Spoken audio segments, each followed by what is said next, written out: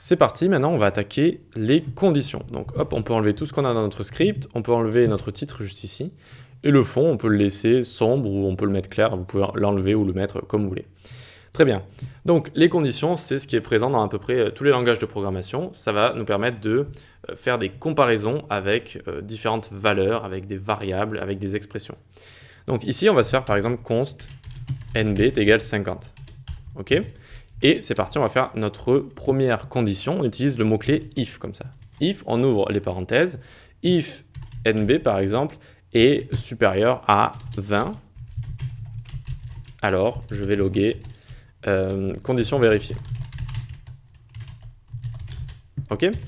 Donc, qu'est-ce qui se passe ici? On a d'abord une comparaison qui retourne soit true, soit false. Il faut toujours se dire ça retourne true ou false. Ok ? Si ça retourne true, on exécute ce qu'il y a dans notre console log ici, condition vérifiée. Sinon, on ne l'exécute pas, tout simplement. Ok ? Si ça retourne false. Par exemple, si j'avais 10, regardez, hop, ça ne le retourne pas. Ok ? Donc, on a également, regardez, si je mets 20 ici, si je mets 20, ça ne va pas fonctionner parce que c'est strictement supérieur, pas supérieur ou égal. Ici, je peux mettre supérieur ou égal, regardez. Ça veut mettre condition vérifiée. D'accord ? Donc, on a découvert déjà deux autres signes, supérieur et supérieur ou égal. On a également, vous l'aurez deviné, inférieur et inférieur ou égal, c'est-à-dire que là, regardez, ça ne va pas fonctionner, mais je peux mettre inférieur ou égal et ça fonctionne. Voilà. Aussi simple que ça. Très bien. Maintenant, comment on fait pour faire des comparaisons et vérifier des égalités ou des inégalités ?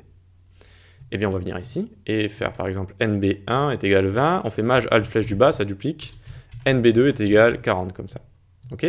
Et donc maintenant, ce qu'on va faire ici, c'est nb1 égale nb2. D'accord ? If nb1 égale nb2, condition vérifiée. On voit qu'ici, ça ne fonctionne pas, c'est-à-dire que ça me renvoie false, tout simplement, ça me renvoie false. Si ici j'avais 40, vous l'aurez deviné, tac, ça fonctionne. Égal, c'est un opérateur d'égalité et c'est ce qu'on appelle une égalité simple, en opposition aux égalités strictes, comme ça, strictes. Alors, quelle est la différence ? Regardez, si je mets une égalité simple et que je mets ici chaîne de caractères 40 et que je demande est-ce que c'est égal à un nombre 40, eh bien, ils vont me dire condition vérifiée. Donc, il faut faire très attention et la plupart du temps, il faut plutôt utiliser les égalités strictes comme ça. Et vous voyez que là, c'est bon, ça me renvoie false directement. Voilà. Et ça fonctionne seulement si on a vraiment le même type et la même valeur. OK ?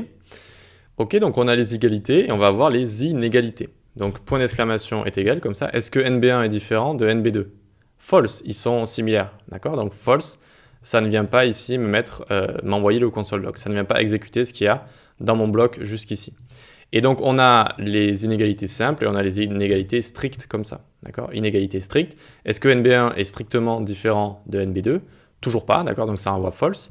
Par contre, maintenant, si je change le type, ça va bien me renvoyer true et donc j'aurai ma condition qui est vérifiée ici. D'accord ?